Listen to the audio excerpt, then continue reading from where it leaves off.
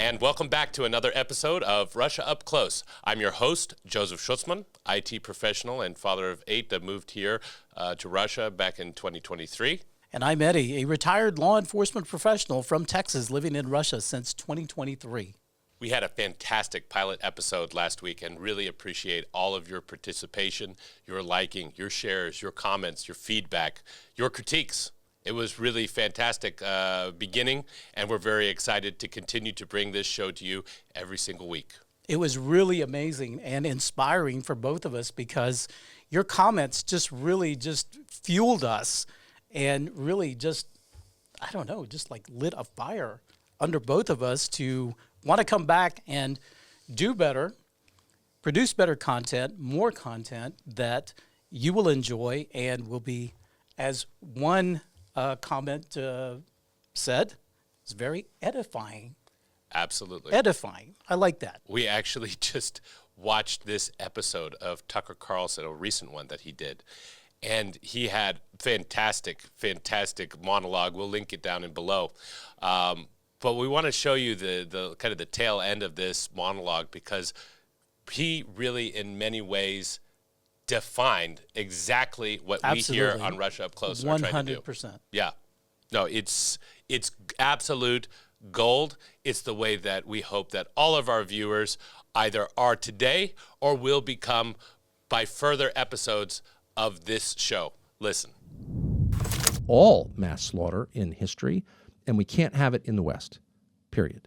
So once you accept that, then you also have to acknowledge that there are no permanent enemies, that we disagree with people. We may violently disagree, passionately disagree. I hate what you're saying.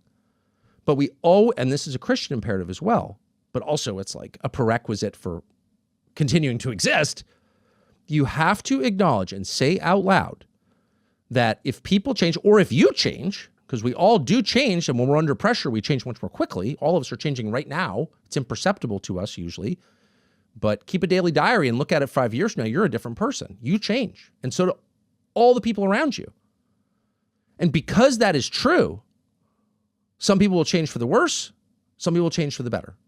We cannot have permanent enemies, period. It's immoral to imagine that someone must always be your enemy, that he's an Amalekite or whatever. That is immoral. And it's also, by the way, cutting yourself off from one of life's greatest joys, which is finding common humanity with another person and deciding, wait a second, I really dislike this person, but all of a sudden I'm seeing this person as a person whose concerns are not exactly the same as mine, but close enough. And actually this person is saying something really interesting, and I'm learning and I'm changing and I'm becoming much more aware of who this person is, and I really like it. In other words, there's no greater joy than the joy of reconciliation. That's the story of the prodigal son.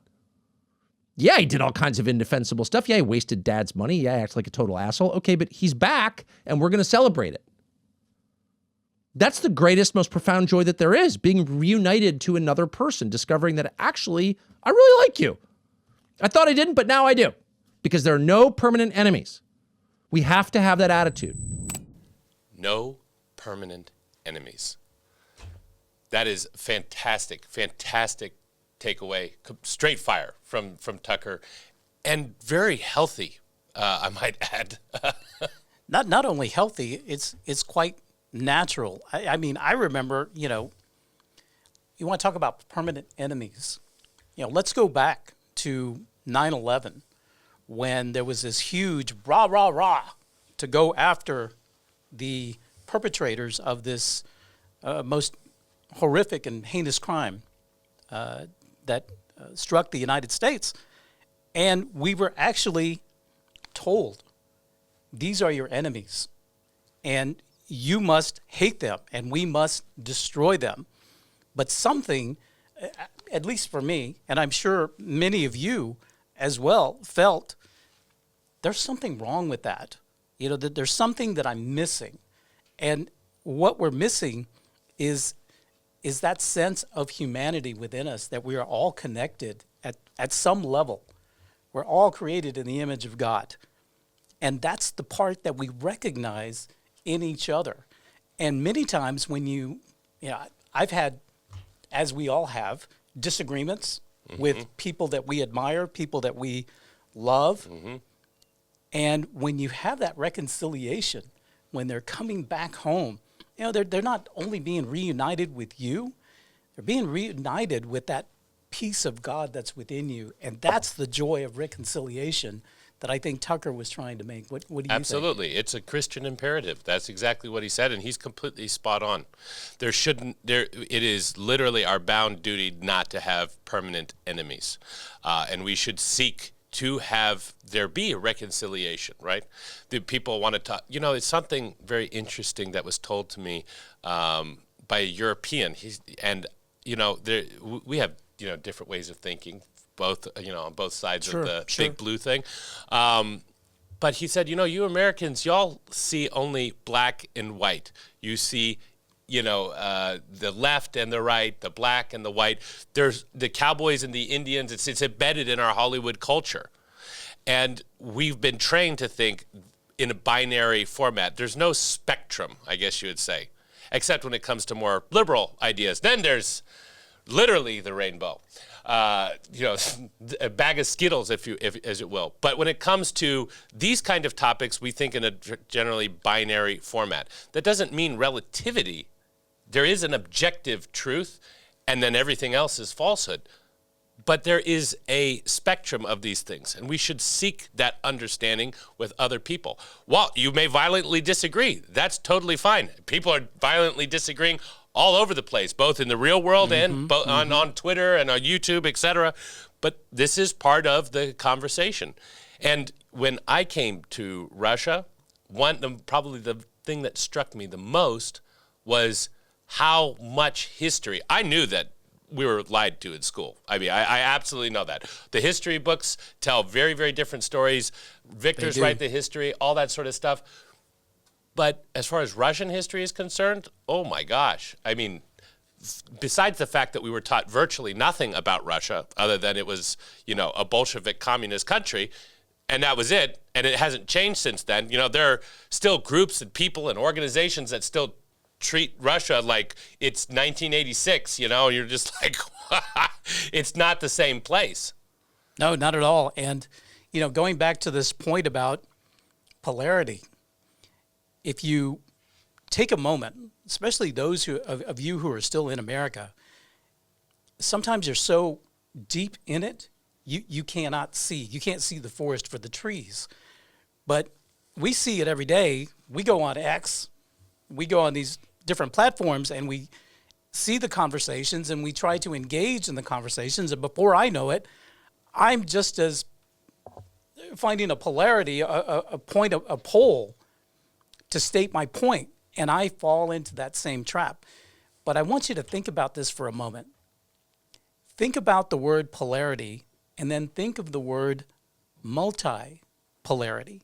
And this is something very huge here in Russia, multipolarity. And for those of you who are familiar with the BRICS initiative and things like that, you'll hear this term multipolarity or multipolarity.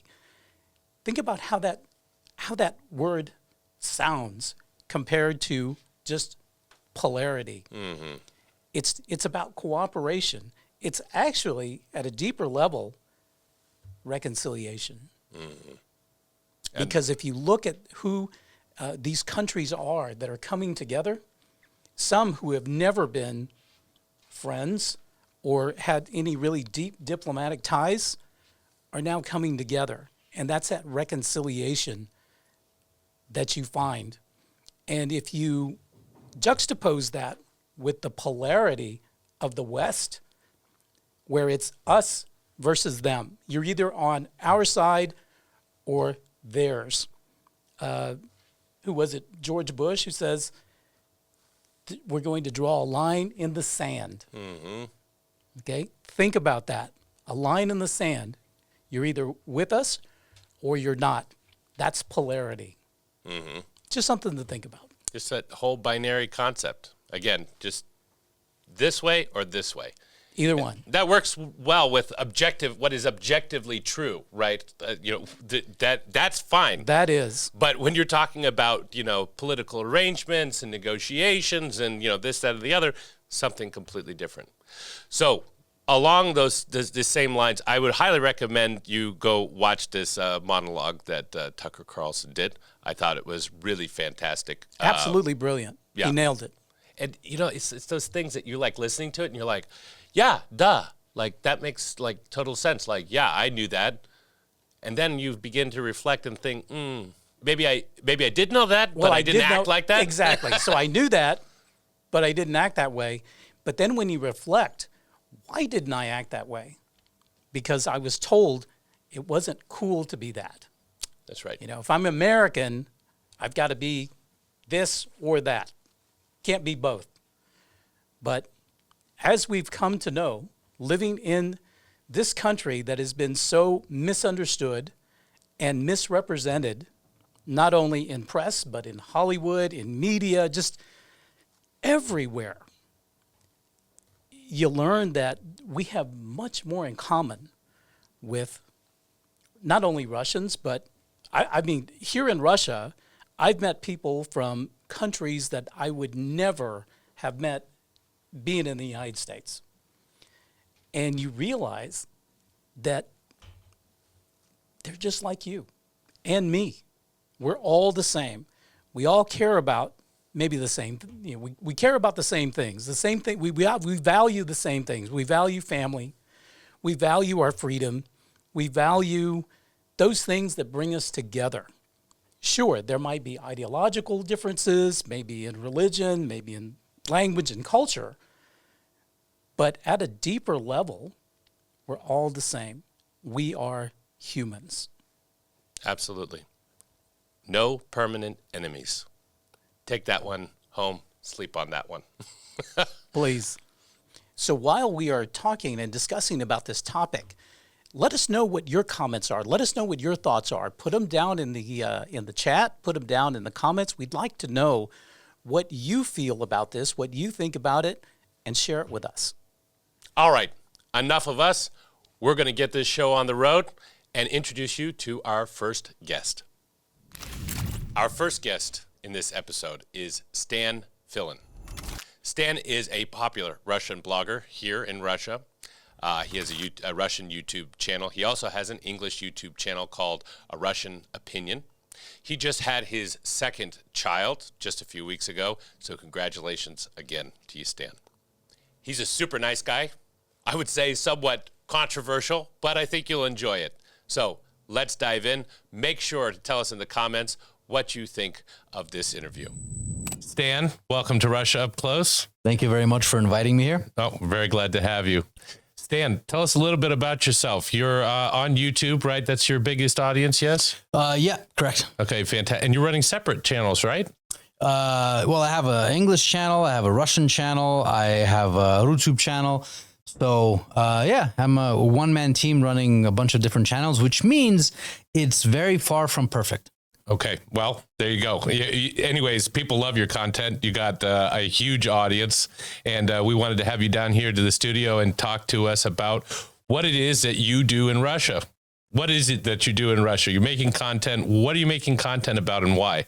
Okay, well, what am I doing in Russia? I'm living here. My whole family's here. My imported family from Bulgaria are here as well. That's a separate story. So basically, I mean, as far as content goes, I take interviews of people who have lived in other countries. Mm-hmm. I take interviews of foreigners who have moved to Russia. And sometimes just for fun, I make separate content that is related to having people understand a little bit more about the West, as in what is actually the truth about Western countries. Because again, as I mentioned this in a variety of different channels, I saw, before starting my channel, I saw a disbalance online where there was too much negative stuff about Russia and too much positive stuff about the West. In many cases, both were lies. So I wanted to add a little bit from myself to just even the playing field a little bit. It's amazing how many people, it's not even amazing how many people tell lies, right? I mean, there are people lying all the time. But the fact is that the people watching, your everyday, citizen of whatever country, doesn't seem to be terribly concerned about whether or not it's actually true or it's not, just as long as it fits their worldview. Why is that? People have their jobs, people have their families, people have a whole bunch of obligations. I just have my second child. I have to do all kinds of different paperwork, registration here, citizenship stamp, just a whole bunch of stuff like the local social security number, if you want to call it that. Mm-hmm. That takes a lot of time. And besides that, I have a myriad of other different things that have to be done. So I'm interested in finding out the truth. Somebody who's like, hey, let me check the news to be misinformed, I guess. Let me check the news and see what's on the news. And they'll see a bunch of stuff that they think is true, depending on the outlet that they see. And all of a sudden, I mean, they don't have time to find out what's the nuance. There's a lot of people that I talk to back in the States, right? And a lot of these people are like, I've just said, I'm done with the news. I'm just going to ignore it. And I'm just going to go live in my own little bubble. So based on that category of people that just say, forget the news, I'm just going to completely unplug, which, is a viable option. There are consequences to that. I think that people think that no action or no choice is a choice in and of itself. But how do these people and people who are still connected, how do they go about finding the truth? How do you manage that, the everyday person? I think it's impossible now. I mean, think about it. There's you have entertainment at the palm of your hand. you have this technology that holds all of the information in this world at the palm of your hand. And people use it to watch shorts, TikToks. And you know what? We're kind of guilty of that because we put content out there that, we're also entertaining people. But in this case, I mean, how do you find the truth when you have so much entertainment everywhere? Everywhere you look, there's something distracting you. You have all of these different media outlets and phones, TVs, like everything is entertaining you all this time. So finding out the truth, you have to first off shut all that off and think to yourself, I want to know what's going on here. I want to find out. Then you're going online, hoping that you're not going to end up on some kind of website with a database of people that clicked on something wrong. I'm talking about globally. There's, sure. because everything we do is tracked. It's normal. People and governments, everyone's curious about what everyone's doing. So you're hoping that if I find out the truth, where am I going to find it? How am I going to find it? Am I going to get a virus from someone who's malicious? Am I going to end up on some kind of list? And if I do find this information, what do I do with it? If I start talking to my friends about it, am I going to seem like a conspiracy theory nut? What is your stance politically? Where do you stand? Where do you think that we could talk about the global. That's really not very, very helpful. I don't think, but let's talk about locally in Russia. Where do you think we should be? What would you consider your political stance inside of Russia to be? Well, it's very difficult because if I say that I appreciate the history of the USSR, I get called a communist. If I say I'm not a communist, I get called a dirty capitalist. So I have no clue. I don't know. Is there a third option? I have no idea. You know how it is. Everything is polarized. I understand that we have to move off of a binary, and it would be a lot more interesting to live if you had so many different parties. And in Russia, we do have a lot of parties that people don't know about. And the thing is, people will say, well, you know what? The elections in Russia, it's all about, Vladimir Putin's going to win anyway. But, sir, I pose you a question. Is he going to win because people want him to win? Or is he going to win because he makes himself win? People in Russia actually want him to be because it's a big country. It's a difficult country. There are a lot of nationalities, a lot of different languages. There has to be very good management at the top, because if there isn't good management at the top, everything falls apart. And you need a strong leader. We can't have somebody like Trudeau, be heading Russia. Are you kidding? Nobody would respect him because we have actual men and actual women in Russia. They're not going to respect that fluff ball. So in this case, yes, we have to have a person like Vladimir Putin. And thinking about who could replace such an intelligent person, a calm person who doesn't just say stuff like the Russians are jamming my GPS randomly out of nowhere, right? Right. Or then say something like, well, Russians think that they won World War II. And I'm scratching my head. I'm like, which history did you learn? Which universe did you come from? So in this case, we have to have this leader, and we have a lot of different parties. And sometimes I'm glad that some of those parties will remain those tiny little fringe parties that will go about shouting their weird things. And we get somebody who's actually an intelligent, a person who can ensure that we're not living in a hellhole like we were in the 90s. This is one of the most frustrating things to me in the current state that we live in, whether it's in Russia or anywhere else in the world, that constantly the everyday citizen is offered a binary choice, right? You're either on the left, you're on the right. You're either a cowboy or you're an Indian.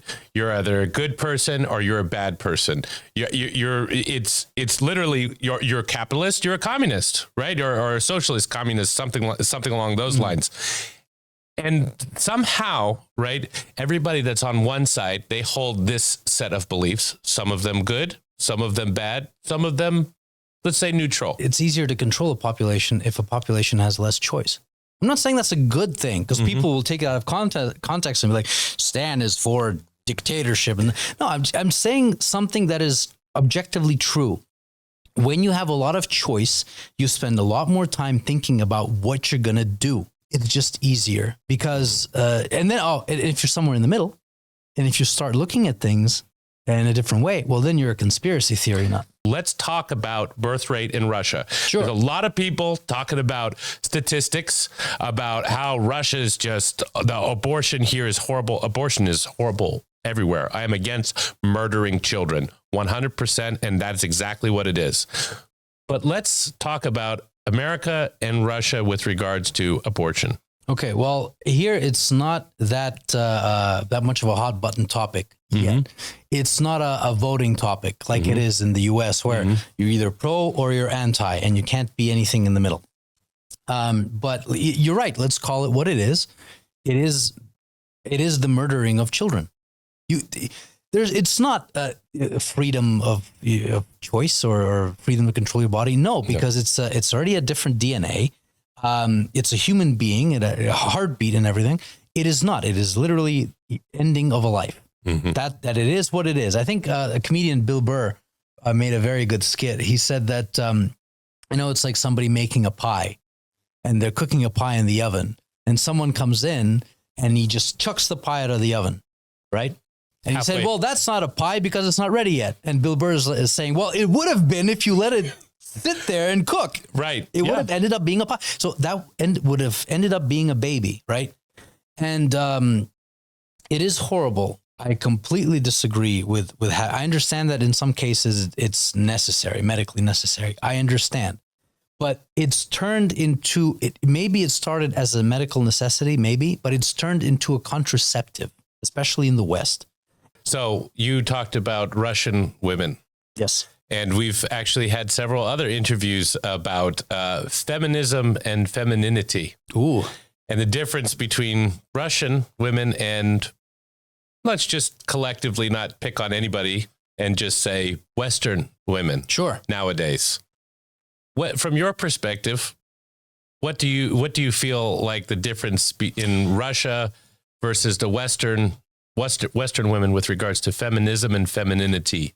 When I was living in the West, in Canada, I found that the absolute worst girl to date was hear me out.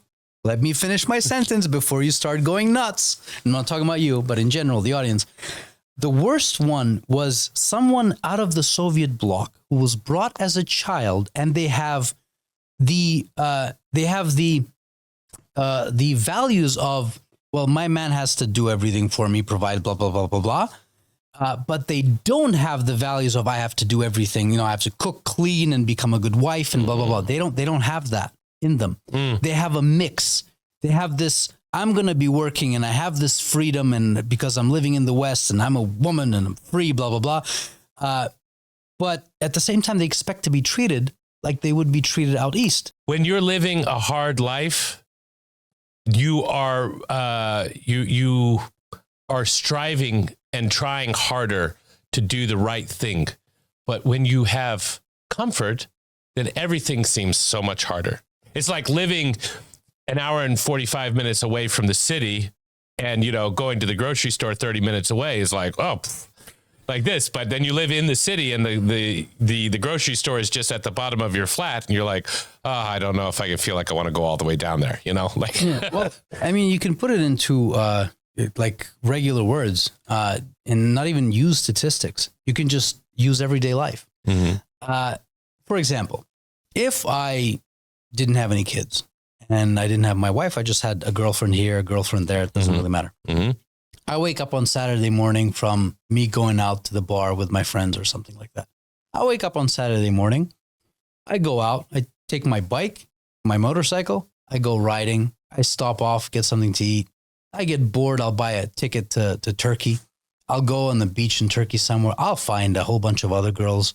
I'll have some fun. I'll come back. If I want to go experience a quest somewhere in the city, I can go do that. If I want to go to a different city entirely, I want to go on a big fishing trip with other people like me, and I'm going to have fun and create memories.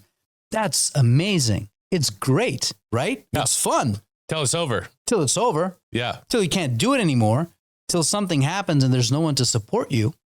And that's what we're battling. We're battling, we people who want our countries to exist in the future, we're battling the fact that it is so much more pleasurable now to be somebody with no kids. Mm-hmm. However,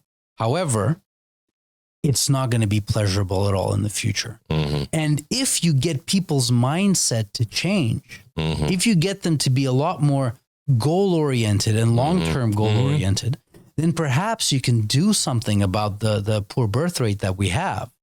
But it's just a crazy task, and I have no idea what it's going to take to get people to change their mind. If you set your goal outside of this life, how much further can we make it in this life? What do you think about that? No, in terms of what? Like building your legacy and saying, hey, No, I mean specifically with regards to God and eternity and Christian principles, these things that we should be doing in this life and treating this life as a bus stop, shall we say, in our actual existence, which will continue long after we're gone. well, you know what? It's interesting that you should ask me that question. Sir, you pose me a difficult question. I do. You know why? Because I am completely not religious at all, but I see the value in religion. Mm-hmm. So it would be difficult for me to answer. In this case, I could say, well, you know what? If you want to set goals that are like that far out, many, many years, Mm-hmm. I would say live your life in a way where somebody in your family tree down the line can look back and say, hey, that was my great grandfather or that was my great grandmother. And she did some fantastic stuff. And she, at least, or he, in the history of my family, or maybe in the history of other people's families, if they were creating something that helped other people, they did something about it. And I could say some interesting things about them. And I could look at them and be proud to have this person. Stan, really appreciate having you here. Thanks for coming down for this interview. Really great to have you. Great conversation. Thank you very much, Joe. It's been great. Thanks, Stan. Yeah, I'm pretty sure that Justin Trudeau could not run Russia for an hour. That's for sure. Very good interview with Stan, and you covered several different topics and interrelated, I guess you would say, but very different topics. So it was great to explore the spectrum with Stan on that and really get into what he actually believes, what he actually thinks. You should definitely check him out on his channel. You know, when you're doing this in the media thing, right, there's a tremendous challenge that you have in front of you. And it's very important to be able to seek the truth, but it's often very difficult to see the truth as it really is in the context of, you know, political events, world events, global events, who people are, what people did, who people will be, etc. And this is something that is an everyday challenge for all of us who are reading the news, watching, you know, videos, trying to understand what is actually going on. I challenge you in this case to be uncomfortable when you're actually trying to understand what is the truth, not just trying to stick to something that you believed once upon a time. This is very relatable to what Tucker Carlson said, or even if somebody is that you disagree with them, that you don't completely cut off that value that there is to offer, that there is to learn from that. Great conversation. Really enjoyed having it with him. And coming up next is this week's segment of I'll Tell You What with yours truly, Eddie Gonzalez. Well, I'll tell you what, somewhere along the way, the United States of America stopped being a nation and started behaving like the world's morality police. Full-on badge, flashlight, citation book. But instead of enforcing laws, Washington is enforcing values. You see, here in Moscow, people are out living their lives. They're not running foreign campaigns telling Texans what to think or trying to straighten out California's latest identity experiment.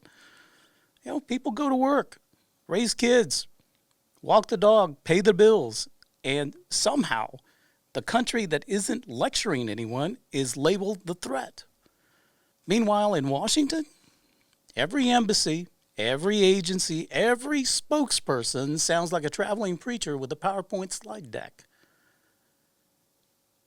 Not a preacher of faith, no, a preacher of whatever the cultural fashion happens to be inside the Beltway this week.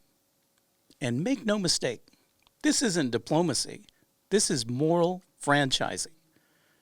Washington signs the lease, they decorate the window, and they expect every country to adopt the same storefront.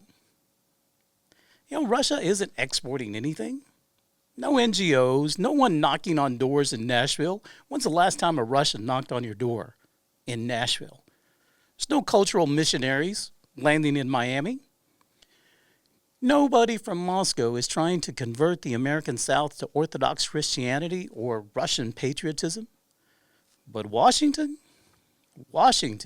is sending funded NGOs, lobbyists, consultants, grant officers, activists, and quote-unquote, cultural outreach coordinators to every continent on Earth. You see, it's less a foreign policy and more a global sales team, selling a worldview the world didn't order. Countries receive USA Today the way you receive a software update. You can click accept, or you can lose access to the program. Well, where I come from, that's not freedom, that's compliance. The same government that cannot hold a debate at home without shouting matches cannot secure its own border, cannot keep its cities clean, cannot protect its own children in schools. That same country has appointed itself the moral supervisor of 195 other nations.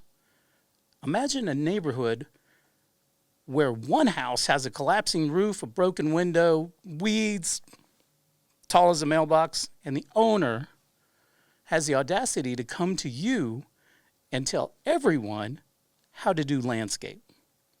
That's Washington today, a global homeowners association with nuclear weapons. In Moscow, people think differently than Western headlines claim. Not hostile, not angry, not plotting, just uninterested in controlling how anyone else lives. Russians assume every nation has its own traditions, its own path, its own sense of dignity.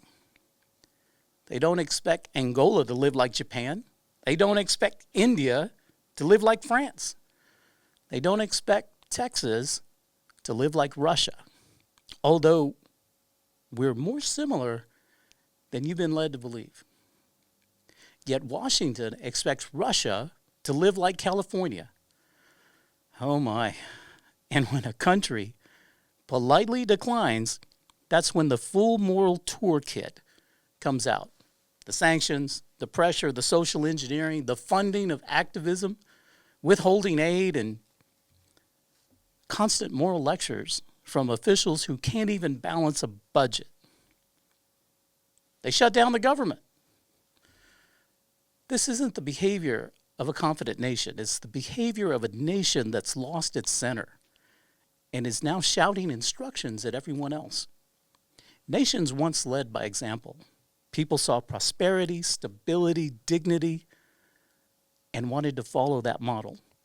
That's earned moral authority. America used to have that. I'm old enough to remember that. When America built the world's best industries, when American cities shined, when American families were strong, America inspired by what it did, not what it demanded. But today, Washington isn't inspiring. It's instructing, it's commanding, it's mandating, it's correcting. The U.S. accuses other nations of being authoritarian while exporting cultural mandates with the confidence of a global superintendent.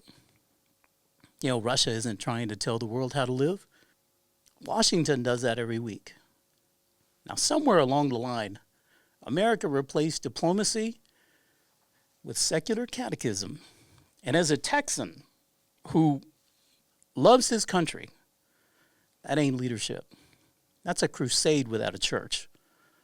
If America wants to return to greatness, it needs to stop telling nations who they must be and start becoming a nation others want to emulate again. If America truly believes in freedom, it would allow differences. If it believes in diversity, it would accept that not every culture wants the same script. If America truly believed in democracy, it wouldn't punish countries for voting in ways that don't match Washington's preferences.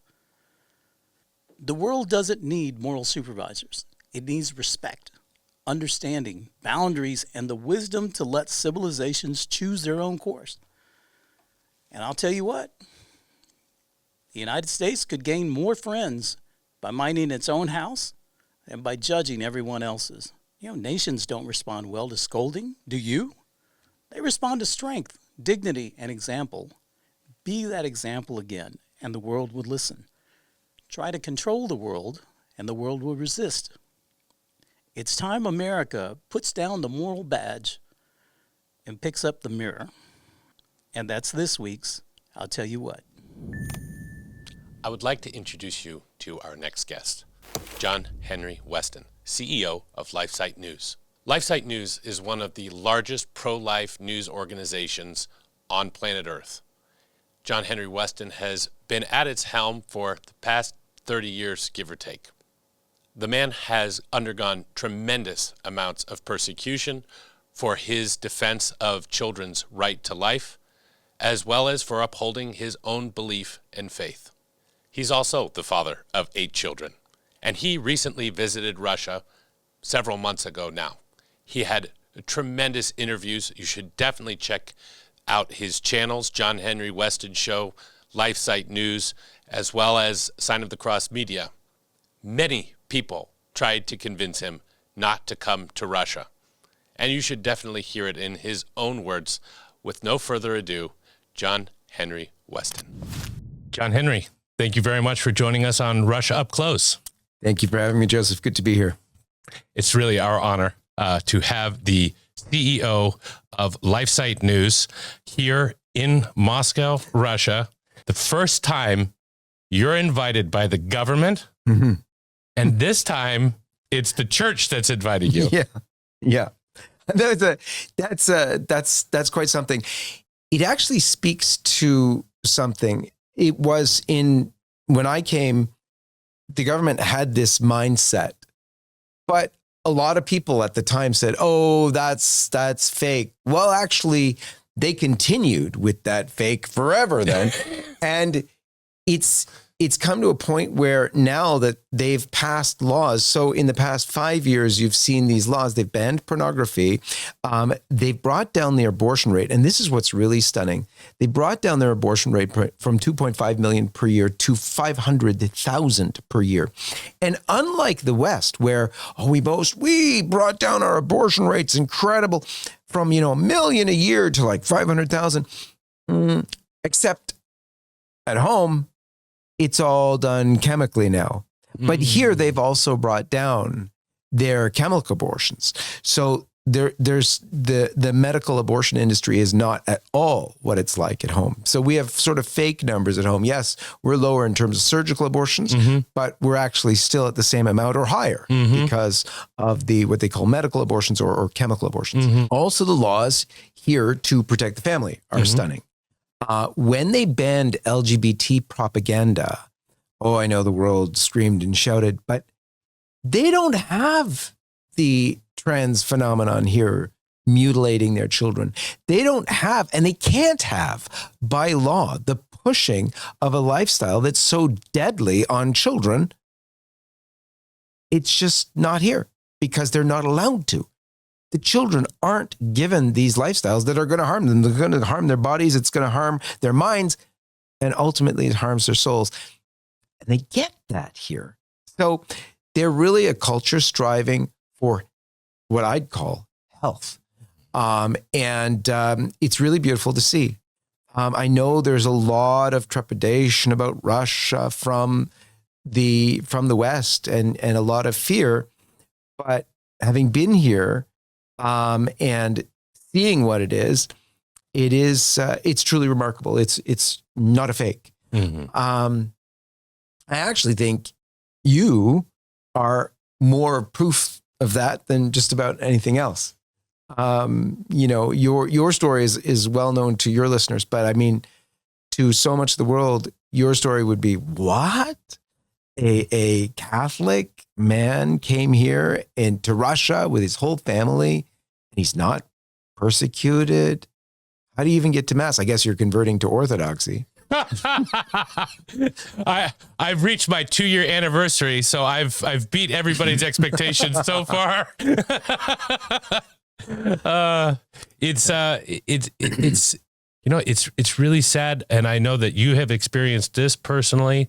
I definitely experienced it in my own much smaller way, but talking with people that you've known for decades, and because they have personally invested themselves into one side of the story so much that they're willing to just call everybody on the opposite side liars. These are good people. I love these people. Some of these people are who I considered to be good friends, who now call me a coward, a traitor, a Putin stooge, a liar, all these things. And for what? Oh, because, I put a blue and yellow, colors on my Facebook profile, and I'm invested in this, and my virtue signaling is going to be completely destroyed if I actually, saw it your way, or at least thought to understand it and understand both sides of the story. Mm-hmm. You've had plenty of experience with this. Oh yes, in different spheres, all sorts of things. But it is sad that there, people will make up their minds about things that are, they're complicated. These are complicated issues. There's a war going on. That always tends to, make people wonder. But we've looked into it at LifeSite and reported things, and there's a lot of people upset. There's people upset with all sorts of issues in the world today. We had the papal issue with Francis and now Leo. We had the Israel issue. That's a huge issue. Mm-hmm. And there's a little bit of movement there, but these things, it forever and a day. If you would say anything, you'd be, oh, I can't believe you're saying that. You must be a Nazi or whatever. But that's what you do. You got to pursue the truth. We've been doing that for a long, long time. I remember when it wasn't cool to promote the traditional Latin Mass, or it wasn't cool to say that, there might be a problem with masking or whatever. Mm-hmm. So yeah, there's been a lot of that. And it's funny because, not funny, but it is weird. Our Lady of Fatima predicted that there would be a diabolic disorientation. And you know what? We've been seeing more and more of that very thing for so long now. It's become, and with AI, it's only getting worse. What is truth? So describe to me, if you would, because I want to talk a little bit more about your most recent escapades, adventures, misadventures, whatever we want to call those. But just the inner workings of LifeSite News. You were describing to me you follow very, not just traditional Catholic principles, but traditional journalism, traditional process to providing the news. Could you tell us a little bit about that? Sure. We're blessed with really good people, really good reporters, and actual reporters. So people who still go out and get the news from original sources, do their interviews, do hard research. Sometimes it takes a long, long time. But even in our approach to how we get out the news every day, we have a morning prayer. And right after morning prayer, we have an old-fashioned assignment meeting. Like in the old newsrooms when the editors gathered with the writers and they all hashed out what they were going to do for the day. We do that every morning.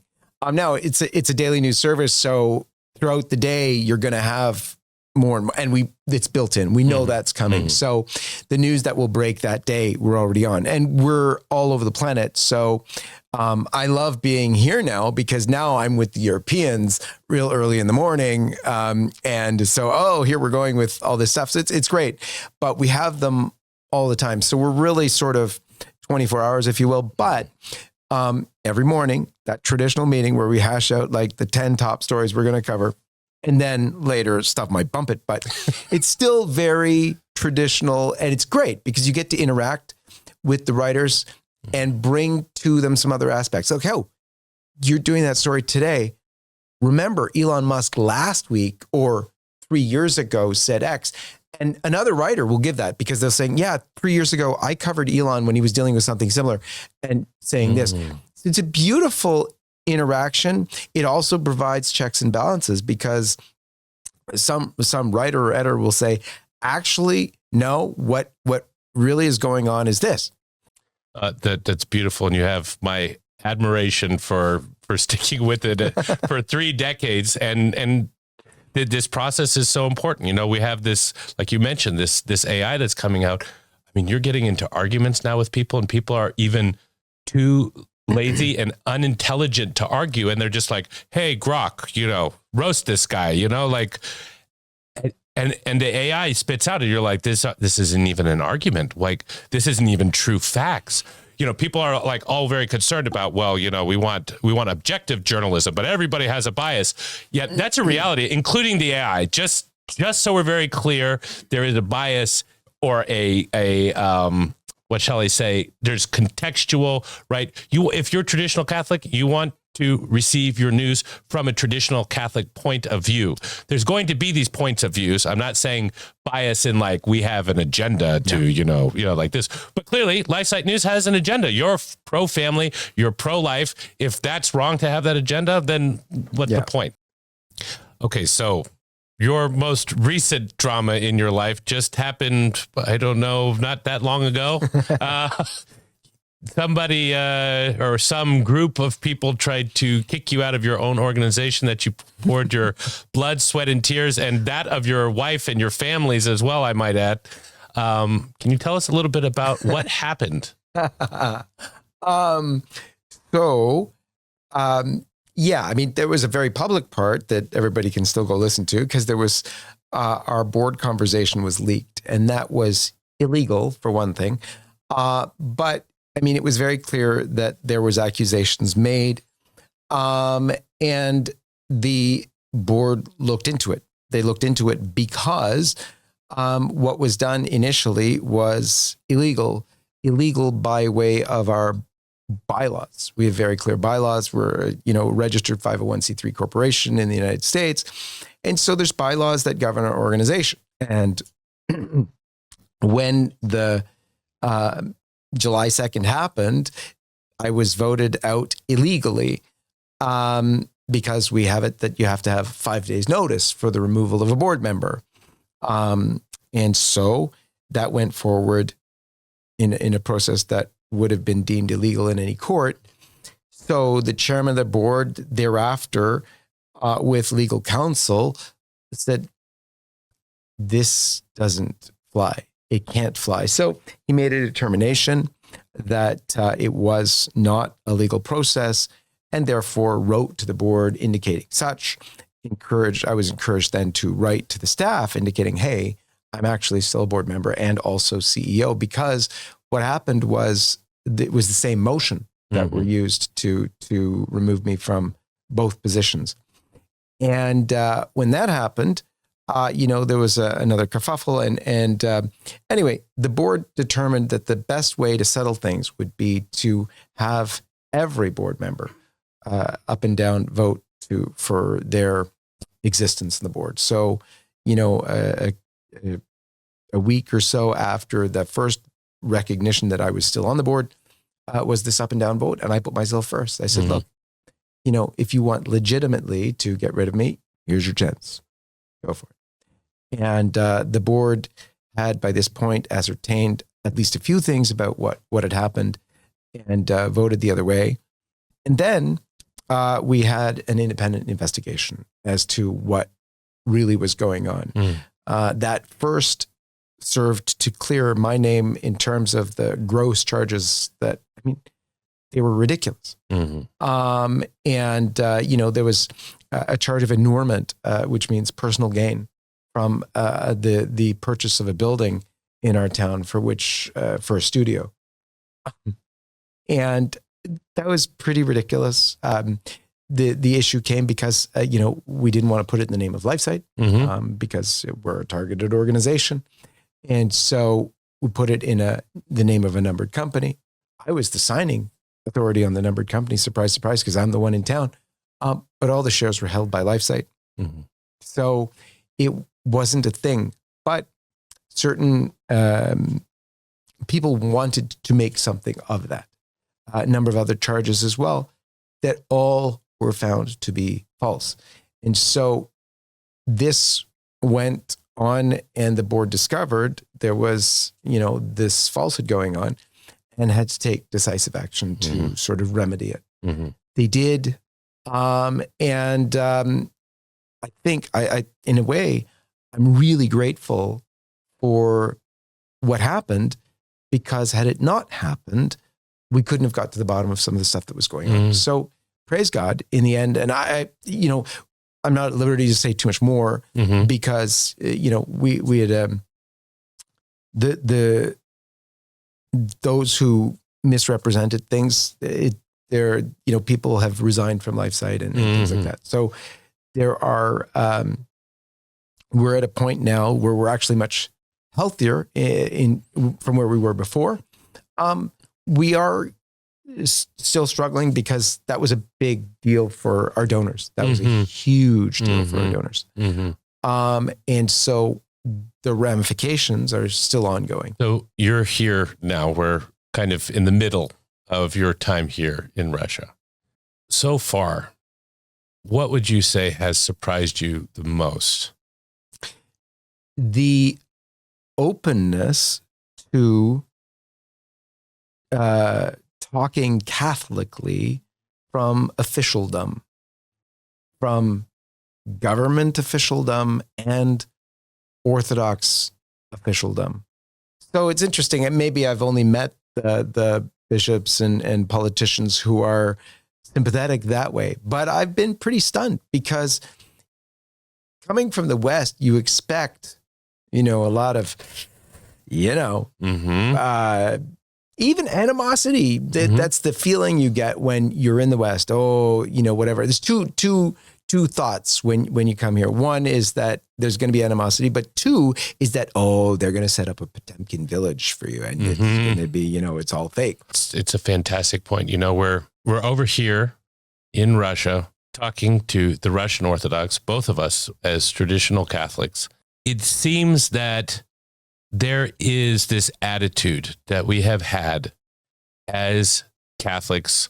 I will even point it even more pointedly toward traditional Catholics, that and understandably so, we've been at war inside of our own church, fighting every single which way, making sure that we don't compromise and holding things back, when there are actual allies that exist outside of our own Catholic Church that we have more in common with. Not in any ways, I'm here, you're here, we're very comfortably, I think we can say that, traditionally Catholic here. And I feel I have more in common with the Orthodox, the Russian Orthodox, than we have our own mainstream church. In the contrary comparison to that, you have Leo XIV has all the other Orthodox bishops, or many of the other Orthodox bishops from other rites, hanging out in the Vatican with him, like, hey, let's talk about this, that, and the other. And, oh, wow, what's going on there? How does that work? The compromise on the faith is obviously, for us at LifeSite, it's been a horror story. So much so that you have to remember, we're 28 years old. So we are working under JP2 and under Benedict forever. And at least in terms of life and family, there was continuity with the church of all times. The Francis phenomenon was something unbelievable. And I know that there's other issues that go further back on other points that pertain to the faith. But, LifeSite, coming out of the pro-life movement, really was focused on life and family. And when that started to go off with Francis, that was for us, first of all, it was, that can't be happening. And we did the whole, about a year. I remember writing an article, this can't be what Pope Francis means. Like literally, that was it. Yeah. but it was. Mm-hmm. And I remember the day, this is right after his papacy started. And there was a meeting of religious leaders from Latin America going to meet with the Pope. And it was a report.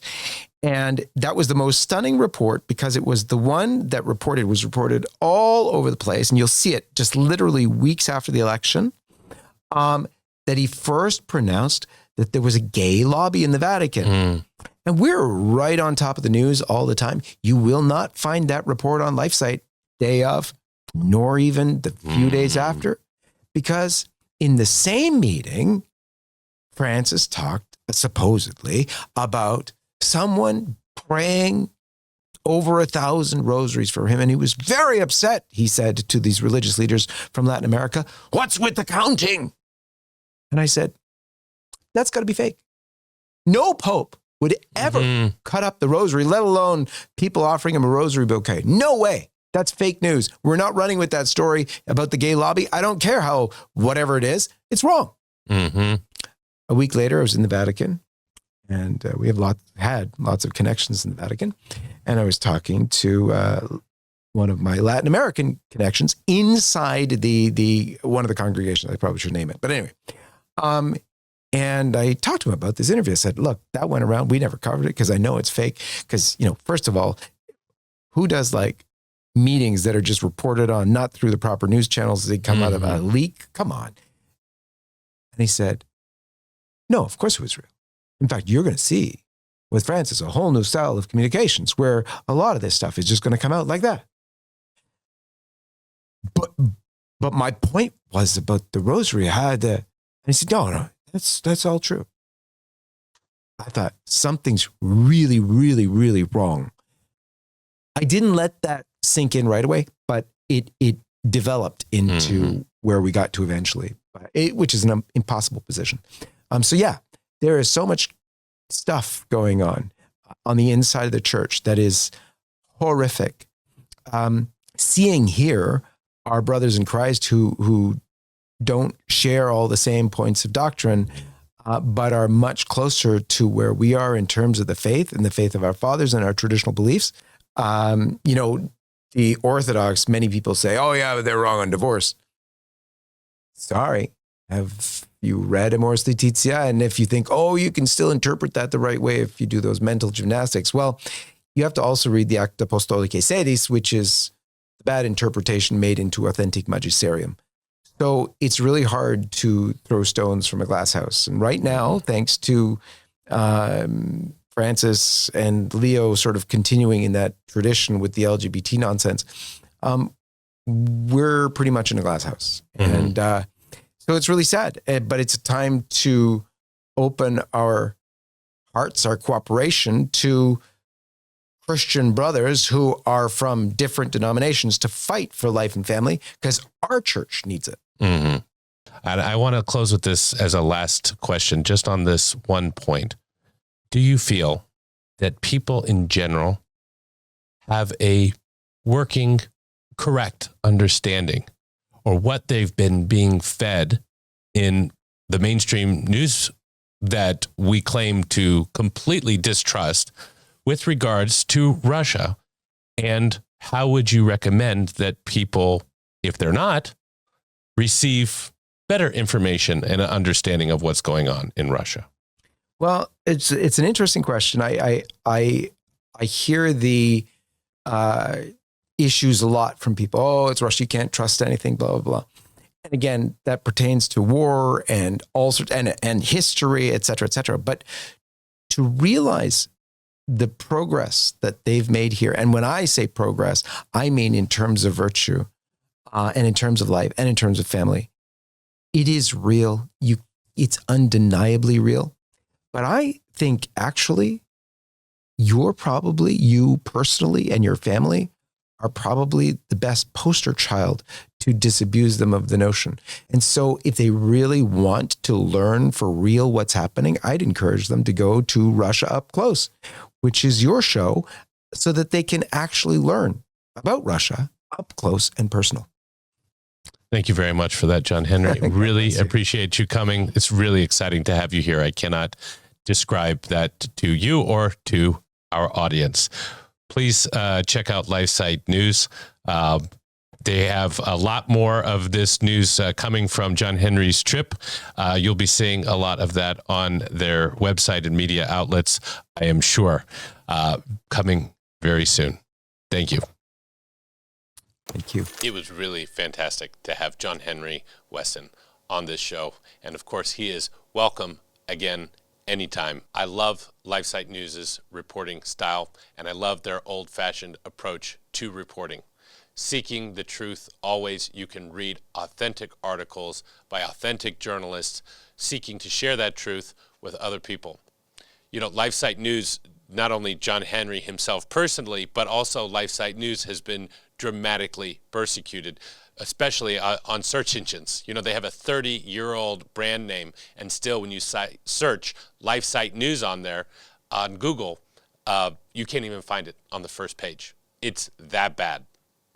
But still, they have a really tremendous loyal reader base because people have grown to rely on this media source. I highly encourage you to check out LifeSiteNews.com. For the 7 days that John Henry Westen was here, Eddie and I traveled with him to various places. And it was really fascinating to see him at his job, seeing somebody who was well-versed and very well practiced in his trade, being able to reach into conversations and really draw the truth, the essence out of various people. They were fantastic interviews. He was interviewed as well. You should definitely check out these interviews, which you can find also on LifeSiteNews.com. I would like to give a very warm welcome and introduction to our next guest, Richard Wilson. He's an American-born actor who found success in Russian cinema, starring in TV series such as Operation Satan, a TV series about the Cold War arms race, and movies like Petropolis. He did do films back in the United States as well as in Russia, so he's extremely well-traveled. This is an example of a super interesting person who moved to Russia.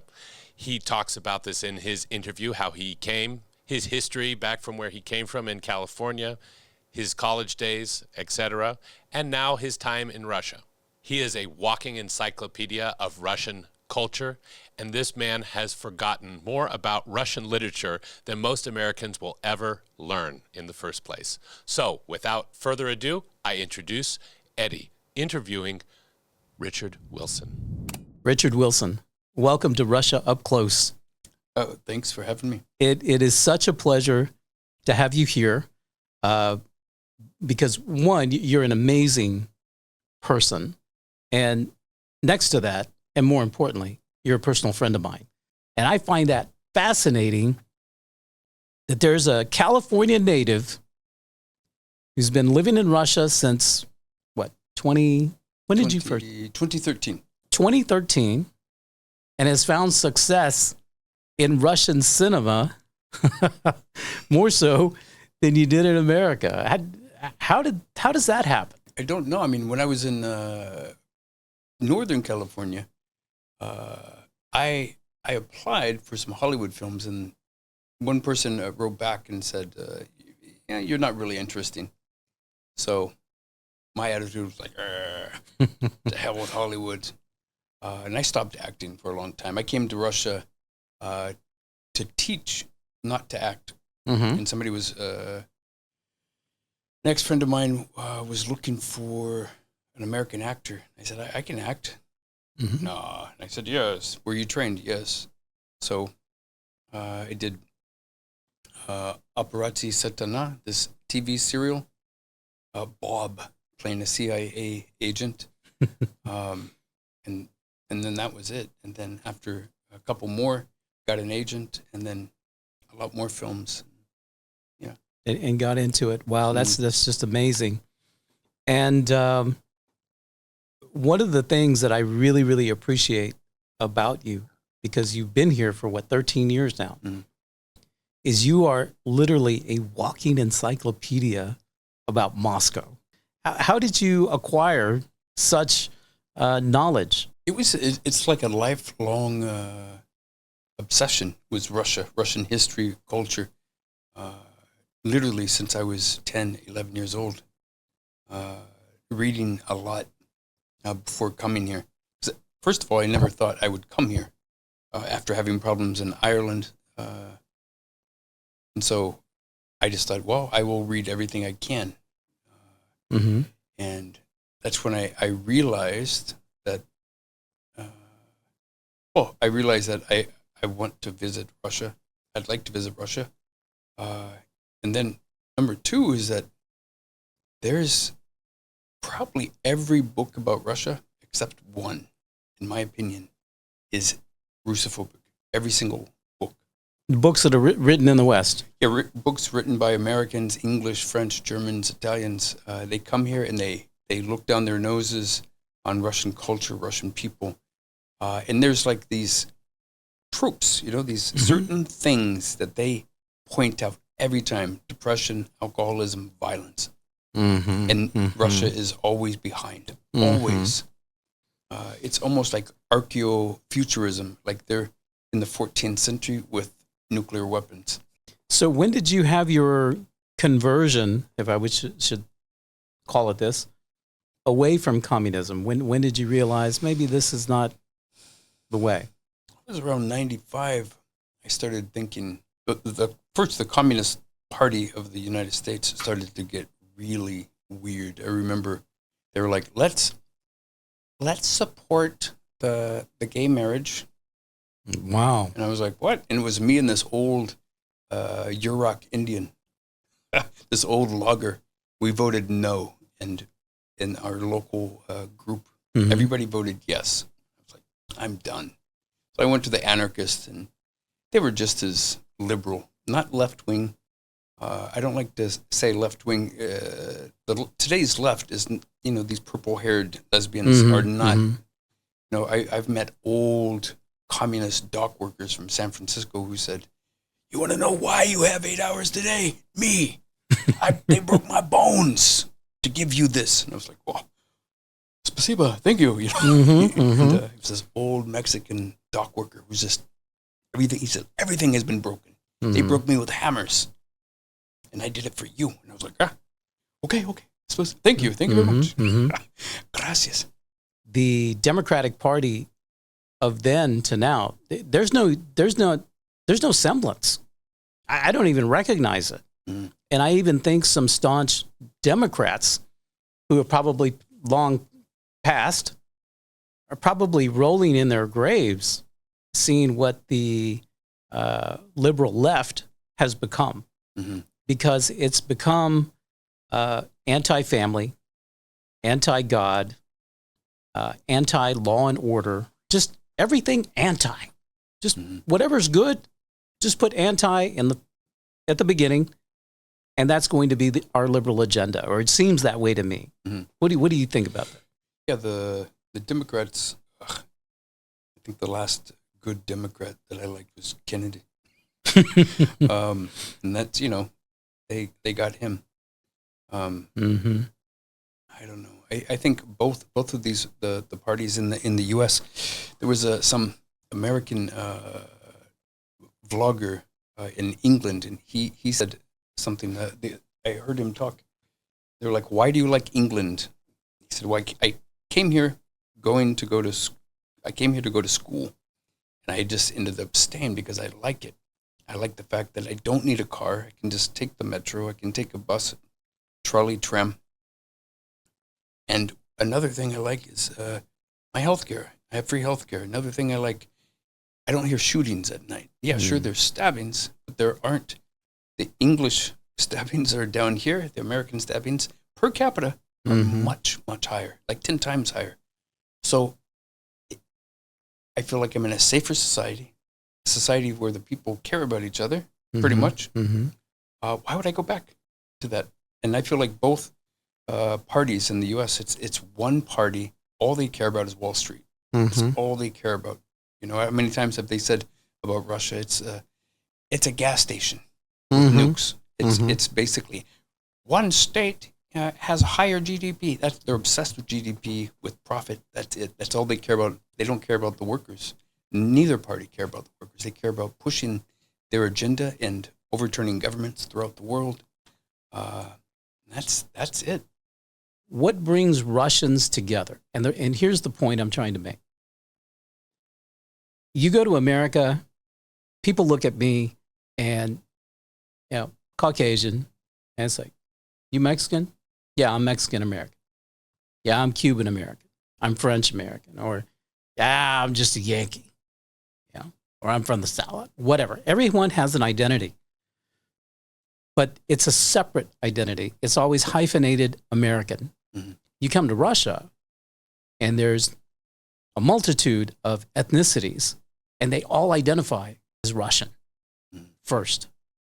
And so where does that come from? Is it because they all shared a common language, a common history? I'm just curious to know what you think.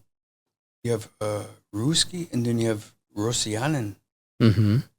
So you have like the ethnic Russian, and then you have a member of the Russian state, which I think is still an empire now. And so you have one that is the ethnic Russian, then you have the other, which is a member of the state. So I'm a member of the Russian state because I'm a citizen of Russia, but I'm not ethnically Russian. But yeah, like you were saying, in the U.S., I always identified as not American. Just I was not American, Irish, Scottish, American, and like what makes a culture? People like this food, this sports, this attitude, and I was always from the get-go. I was always kind of away from it. Like what the hell's going on here? Mm-hmm. There is certainly some things I like about the U.S. So one of the things I find most interesting about you, Richard, is you're also an author. You've written some articles and been published, and written some very interesting essays on Russian culture and Russian life. And who are your favorite Russian authors, and how have they had an impact on who Richard Wilson is today? The first it would be Chekhov. He was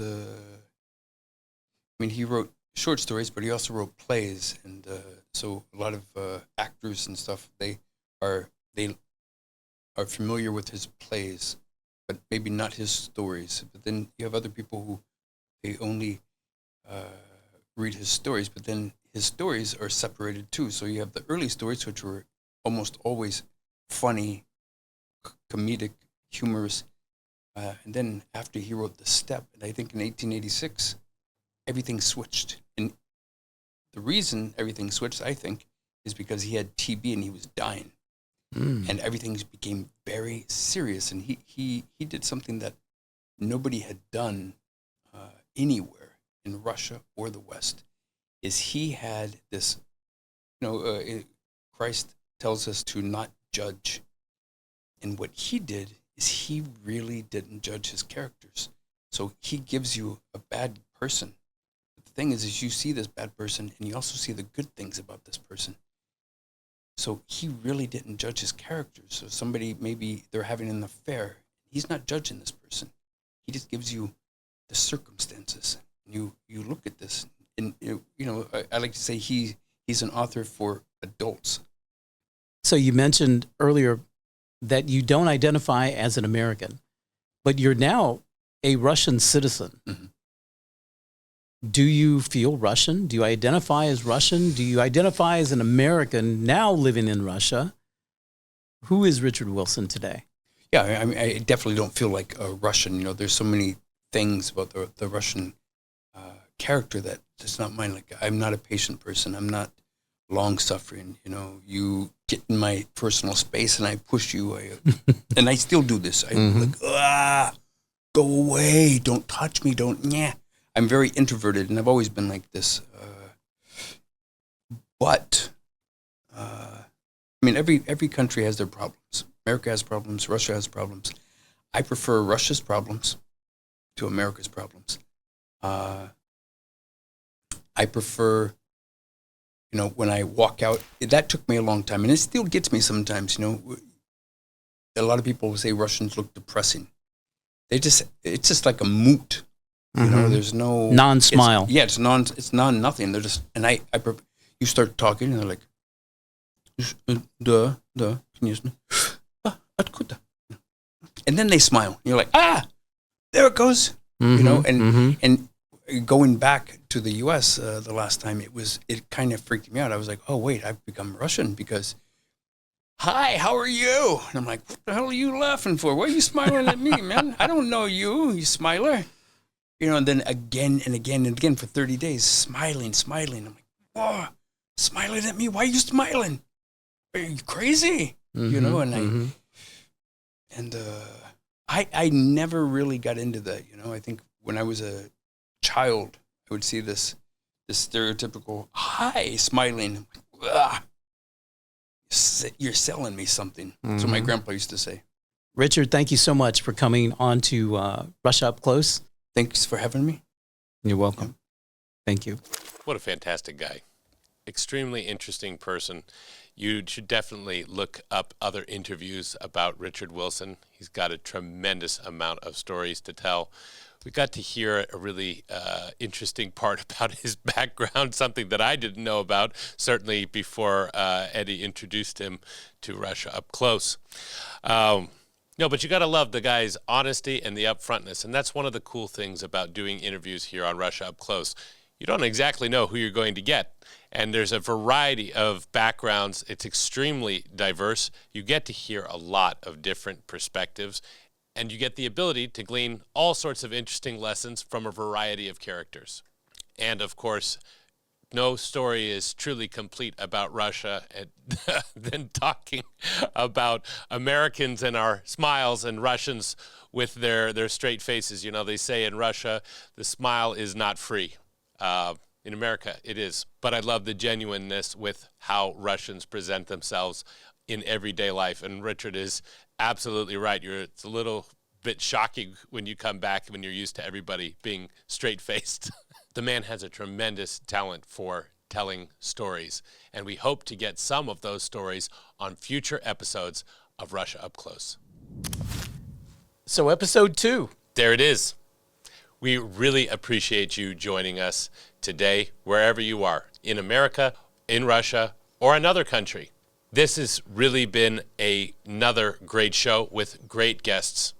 It really was, and you know, every time we get together, I have a great time putting the show together, and we hope that this comes across. I hope that you enjoy watching the show as much as we enjoy producing it. Join us again next week for another episode of Russia Up Close. And don't forget to like this video. Please share this with your family and friends. And we love reading your comments. So if you have comments, suggestions, or maybe suggest a person that we could interview, please let us know down in the comments. We read all of them. So please make sure and give us your thoughts and your opinions and your feedback. And we'll see you next time. From Moscow, до свидания. До свидания.